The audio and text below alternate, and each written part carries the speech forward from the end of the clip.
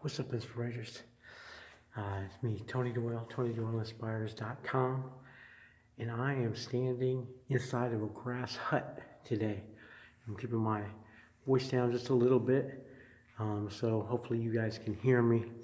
But today we're going to be talking about Native American heritage, and specifically my own Cherokee heritage, and the inspirational nature of connecting with your roots and those types of things. And in doing so, we are at one of my favorite spots here where I live. It is the Native American Museum in my city, and I'm going to take you on a little tour as we talk about it. So if things like this are interesting to you, please remember to subscribe. Hit the little bell symbol, that's the notification icon, and it'll let you know every time we put out new content. I'll just pan around here a little bit. Pretty cool. I love it in here. And hey, if you like this video, give it a thumbs up. If you love it, feel free to send it out to a friend directly, or post it to social media, whatever your platforms you're on, your groups, your pages, those type of things. So come with me as we go on a little tour. We are in the Native American Museum, and I want to show you some of the cool stuff that we got going on.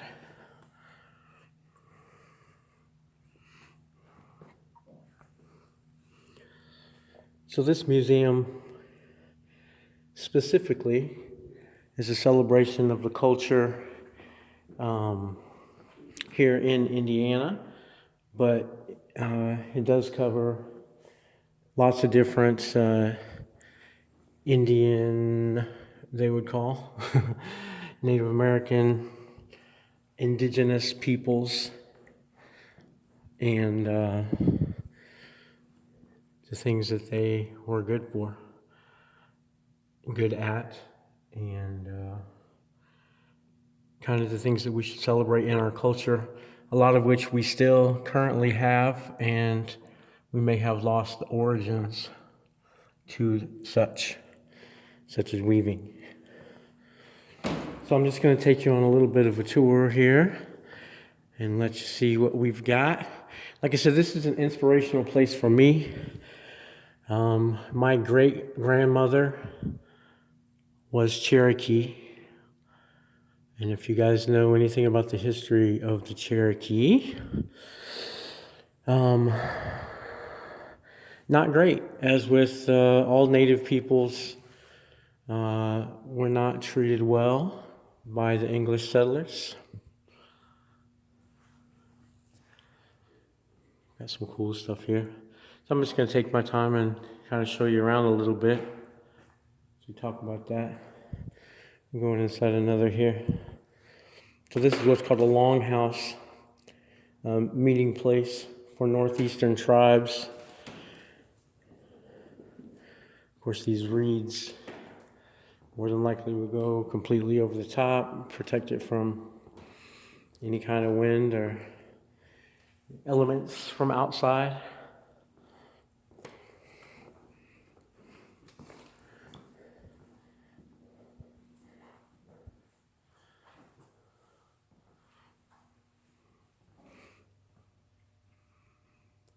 These are Native American artworks by indigenous artists, celebrating different pieces of the culture.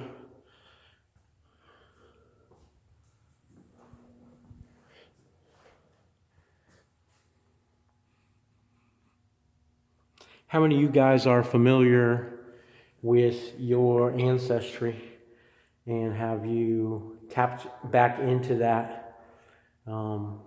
One thing I like to do, you guys that follow me, you know, I am a seeker, and I study religions of the world, philosophies, and those type of things. So it's really interesting to me to tap into the spirituality aspect of cultures, especially the ones that informs me by way of my ancestors. And it's awesome to have a center like this If you guys are not familiar with your own cultures, I definitely suggest you do a little work there, whether that's an Ancestry.com type of thing or do some genealogical record study. One of the things I was blessed with is my grandparents and my parents were very much into genealogy, and the church that they attend is the biggest in the world as far as genealogy. They own lots of the sites, and they do a lot of work in that area. So I do have my family tree traced back on both sides pretty well, so I'm able to tap into all pieces.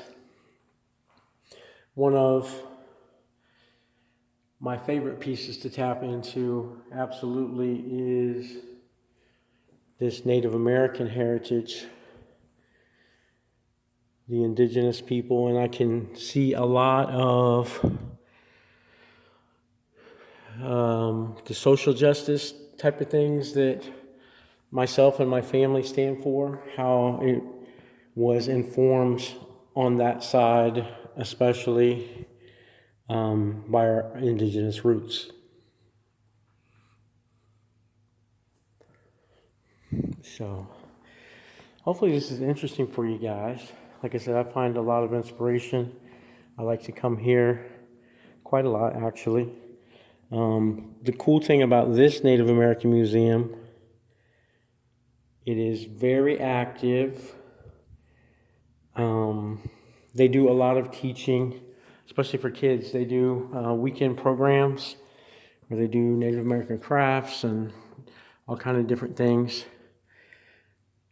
This is also the hub of where I'm able to find out when there's powwows, drum circles, flute circles, those type of things as well. But I really like just tapping back into this and doing the study with it, but it's nice to have, some hands-on things to really look at, see, feel, smell, really cool. Helps with visualization and those type of things when you're thinking back of what your ancestors may have gone through, the living conditions that they had. I think this is an awesome piece. Look at this transformational piece, how it's got some indigenous pieces to it. It's obviously got some colonial pieces to it.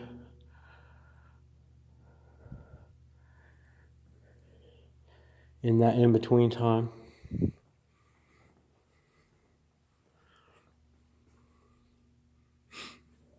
Like I said, so this is where we, we get all the different information about what's coming up, programs, those type of things.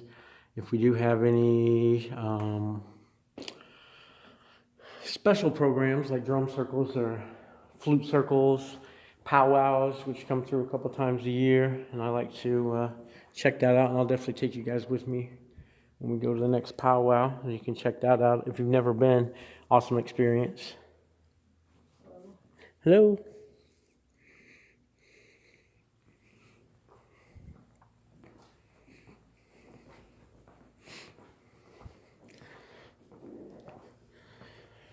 So we'll end out our little tour here in the program room. Like I said, they do a lot of programs for kids. Really getting them interested way beyond just a little blurb in a book that they may get at school. And they're especially knowledgeable about the tribes here in the Midwest. This is a nice display, talking about the dwellings and homes throughout the United States. I'll just read a little bit of it for you as you're checking out what part where you're at. If you're in the continental U.S., kind of take a look on that map there and see if you can see what tribes may have been popular in your area and what types of dwellings. So this is talking about ours specifically, which, see if you look here, you can see this region here is where we're at. You may recognize some of the things we were just in, right?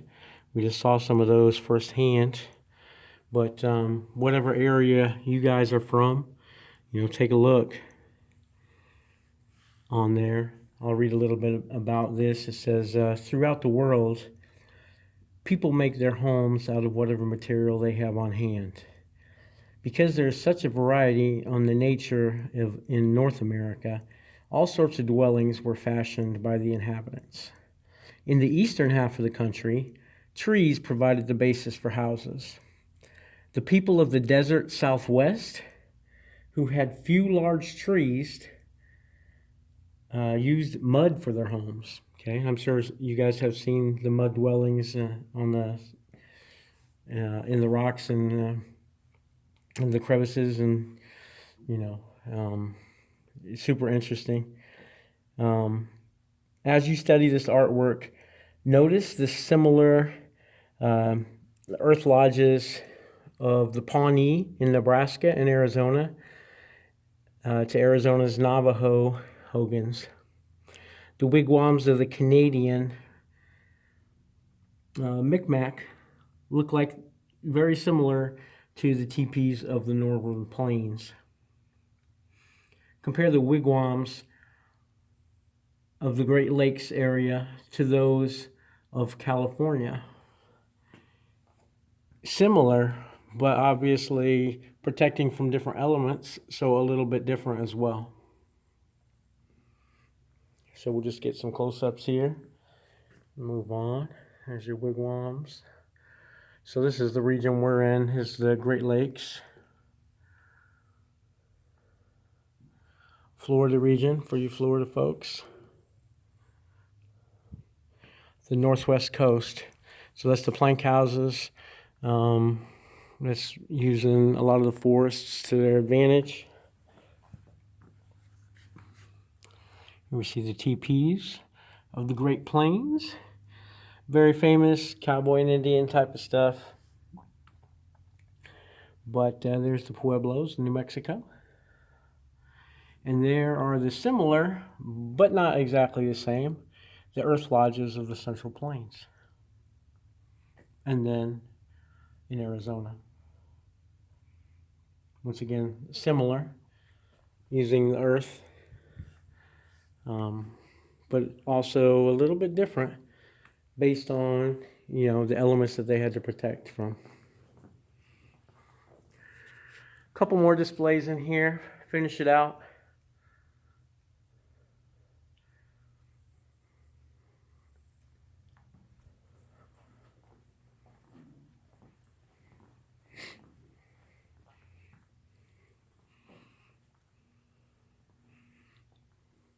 This map is really cool.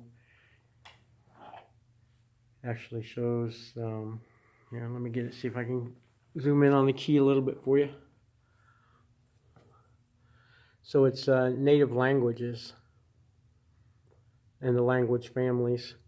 Focus mostly on North America, obviously because that's where we are here at this museum. But it's pretty cool. Especially if you've got, some family.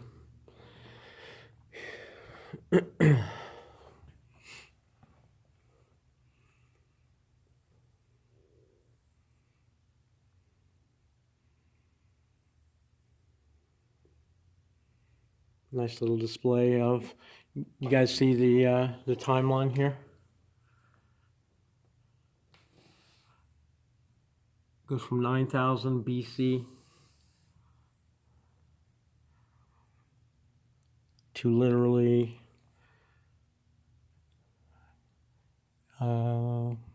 280.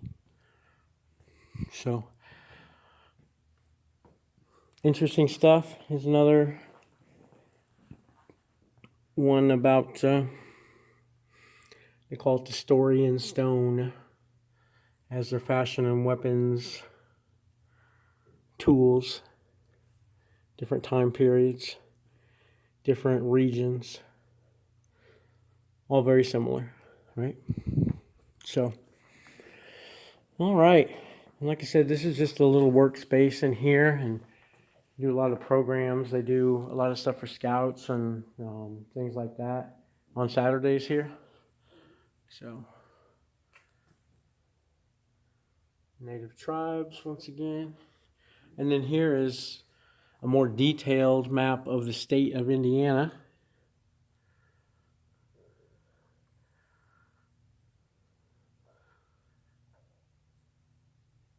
From that colonial time period where we had both English settlers and Native Americans represented here. So cool stuff. I'll wind it out on this because this is always a fun one for the kids especially.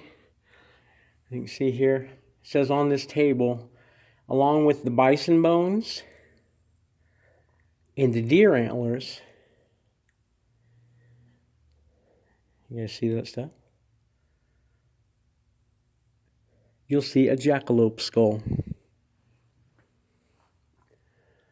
The jackalope is half jackrabbit and half antelope, an elusive creature that lives in the Southwest. Some people don't believe it's real.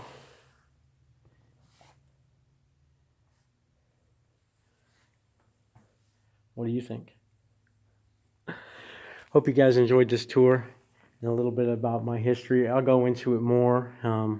Like I said, Cherokee is the tribe of my ancestors, and definitely have a lot of things coming up. I always do a couple things a year to get back into that feeling of that.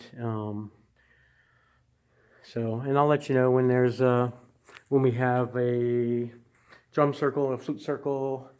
We'll definitely be attending those. And there's parts that are spiritual and you guys won't be allowed to view, but I'll describe those to you and I'll let you in on as much as possible, because to me it's all about the inspiration. And like I said, tap back into your culture, whatever that may be, whether it's Native American or some other part of the world. Get into those, and for me personally, it's about connecting the spiritualities and seeing the similarities, the differences, those type of things. So hopefully this is interesting for you, Inspirators. Appreciate you popping in. Once again, my name is Tony Doyle, TonyDoyleInspires.com, and I appreciate you being on the Inspirate channel. If you haven't already, please subscribe. Hit the little bell notification symbol. That will let you know every time we publish new content, and we do so every single day, so you'll want to do that. Give this video a thumbs up if you liked it. If you really loved it, send it directly to your friends or post it to a social media group. All right, appreciate you guys. And as I always say, if you are not inspired, you're just not looking around enough, because we're abundant in so many ways. Inspiration is all around you. Peace.